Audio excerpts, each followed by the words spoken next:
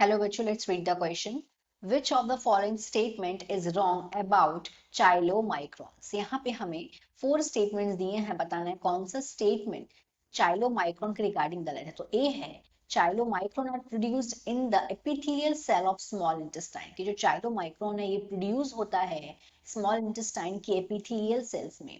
B is it contains triglycerides, cholesterol and phospholipids. कि ये contain करता है triglyceride, phospholipid और कोलेस्ट्रॉल को. स्टेटमेंट नंबर सी है it is protein coated small vesicle कि प्रोटीन कोटेड स्मॉल वेसिकल है. D is chylomicron released from epithelial cells into lacteals कि जो चाइलोमाइक्रोन है ये रिलीज्ड होते हैं एपिथेलियल सेल्स से लेक्टियल्स में. 4 ऑप्शन है यहाँ पे हमारे. A is A and D, B is B and C is only B, D is none of these. तो हमें यहाँ पे इनकरेक्ट स्टेटमेंट्स देखने हैं. तो यहाँ पे पहले क्वेश्चन का हम देखते हैं key concept. Key concept of this question is chylomicrons.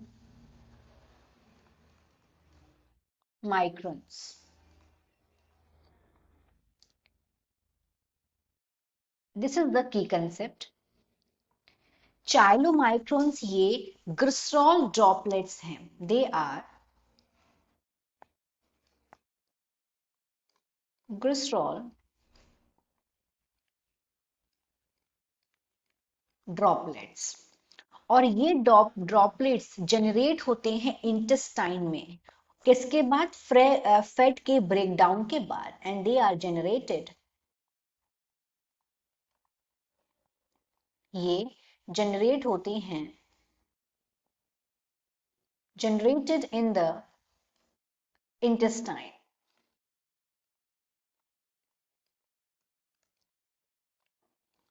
और फैट ब्रेकडाउन के बाद, आफ्टर फैट ब्रेकडाउन. अब हम चाइलोमाइक्रोन के रिगार्डिंग और बात देखते हैं. जो चाइलोमाइक्रोन है ये फॉर्म कहाँ हो रहा है? इंटेस्टाइन के अंदर. और इसका सोल फंक्शन है, अगर हम इसका फंक्शन देखें कि इसका फंक्शन क्या है, तो इसका फंक्शन होता है कि ये एब्जॉर्ब करता है न्यूट्रिएंट्स को इंटेस्टाइन से. और फिर इस और बॉडी के वेरियस पार्ट्स से भी. इसका काम क्या हो गया? न्यूट्रिएंट्स को एब्जॉर्ब करना. मतलब ये एब्जॉर्ब न्यूट्रिएंट्स को क्या करता है? ट्रांसपोर्ट करने का काम करता है. एब्जॉर्ब न्यूट्रिएंट्स को ये ट्रांसफर करने का काम करता है. Transport transport. अब हम सब जानते हैं कि जो खाना हम खाते हैं ये पास होता है डिफरेंट डिफरेंट ऑर्गन के बॉडी में. जैसे कि माउथ हो गया, ईसोफेगस हो गया, स्टमक हो गया, जहां पे फूड का डाइजेशन होता है.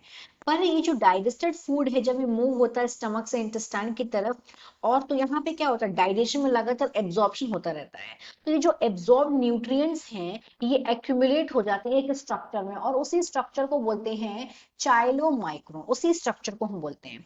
फिर ये ट्रांसपोर्ट होता है, फिर ये ट्रांसपोर्ट करता है फूड को from intestine to various part, various other body organs.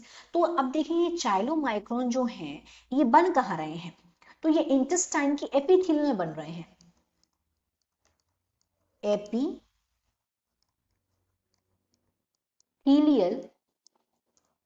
Tissue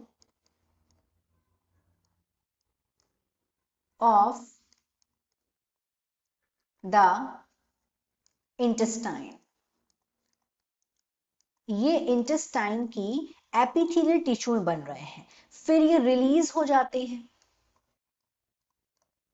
then they released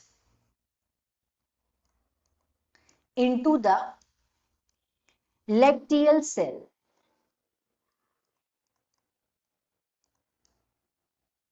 Cells. में ये रिलीज हो जाते हैं।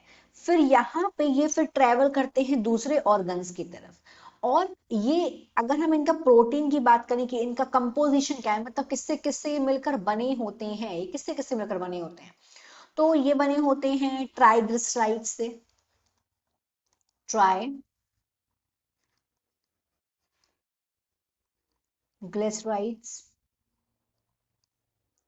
फॉस्फोलिपिड, फॉस्फोलिपिड्स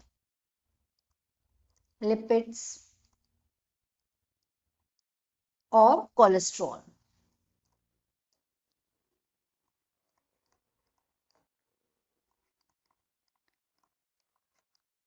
ये इससे बने होते हैं।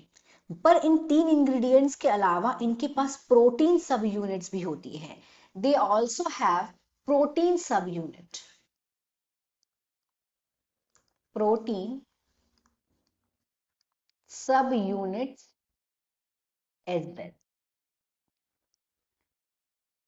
अगर हम चाइलोमाइक्रोन में प्रोटीन का रेशियो देखें तो वो बहुत कम होता है, लेकिन ऐसा नहीं कि प्रोटीन इसमें होता ही नहीं है, प्रेजेंट होता है, but it is present in the low amount. अब हम अपने सारे स्टेटमेंट्स देखते हैं, तो स्टेटमेंट नंबर 1 है जो, ये भी सही है, स्टेटमेंट नंबर 2 भी सही है, 3 भी सही है, 4 भी सही। That means there is not any single statement regarding chylomicron in this question. तो हमारा राइट आंसर यहाँ पे हो जाएगा डी, क्योंकि यहाँ पे एक भी स्टेटमेंट जो है वो इनकरेक्ट नहीं है।